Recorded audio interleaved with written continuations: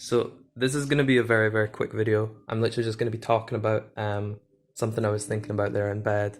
I've just gotten up to literally record this. Um, so yeah, as you can see, I'm holding this camera, which this camera is the Nikon F100. And like, in my opinion, it's probably Nikon's best ever digital, like electronic film camera they ever made. It's beautiful. It's got a magnesium body. It's weather sealed. It looks amazing. It feels just like wow. The size of it is perfect. That circular, that circular viewfinder looks nice. The little D-pad at the back for the autofocus point. Everything about it is just really awesome. It can fire 5 frames in a second. I think it's about 5 frames. I can't fully remember. Like, don't quote me on that. I think it was 5 shots in a second.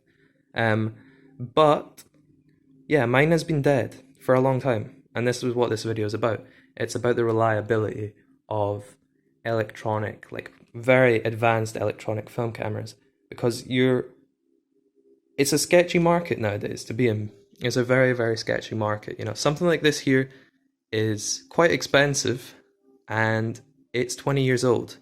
And the electronics are, as I said, are advanced, like super complex, super compressed for the time, like pushing the boundaries.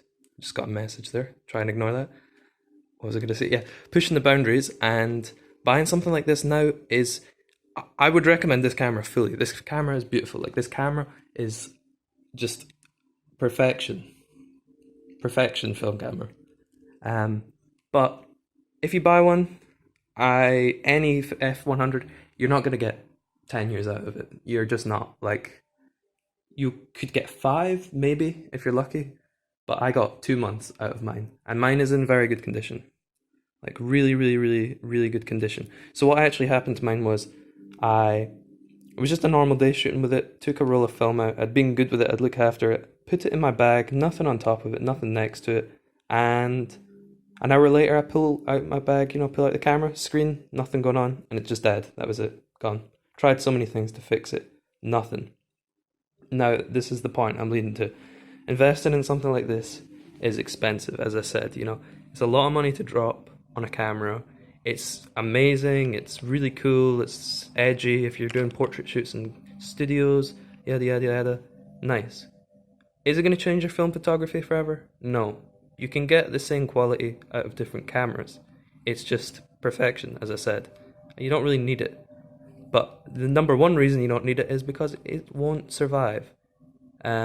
You cannot guarantee how long it will last, and if it breaks, there is a very, very, very limited amount of people that can fix it, as no one really wants to mess with electronics that are this, fiddly, and not many people have knowledge on electronic film cameras like this.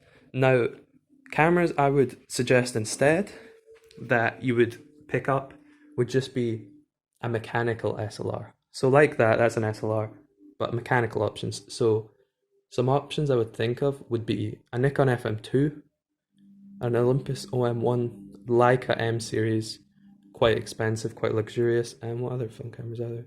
Olympus OM1, things like the Canon 81 as well. They do have more electronic parts, like the shutter's electronic on those, meaning that it can fail, be harder to fix, but those cameras are still a lot easier to fix, and they survive longer and through more things. So yeah, the market, is expensive for film cameras right now, and you drop money on an electronic film camera, you're playing a big risk, because like my experience, it can die after 2 months. Dropping that amount of money, it's not even about the money, it's more about the connection. You're so excited, you love the camera, then it's just dead. That's it, it's gone. There's no helping it. But if you invest in a mechanical camera, if it breaks, someone can fix it, and there's a lot of people that can fix it, and any problem it has can basically be fixed because it is mechanical. It's working off tension, it's working off like real physical aspects rather than electronic circuits.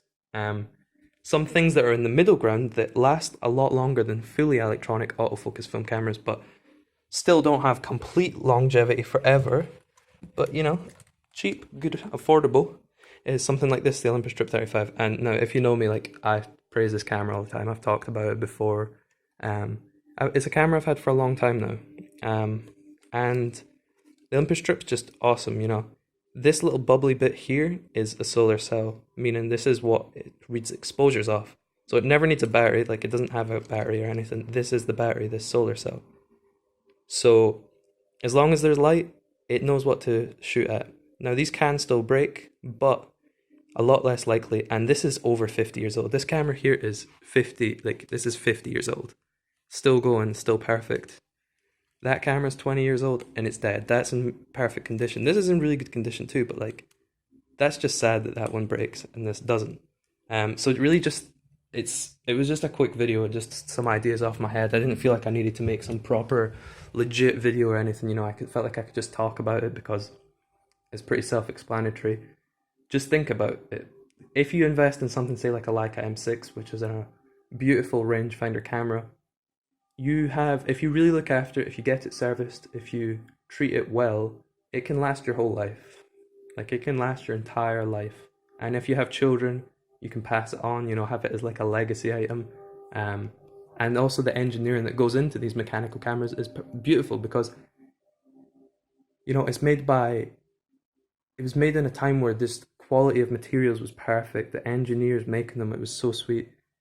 They're so well made, so well built, quality materials, and it's going to last. So if you're dropping tons of money, think about that.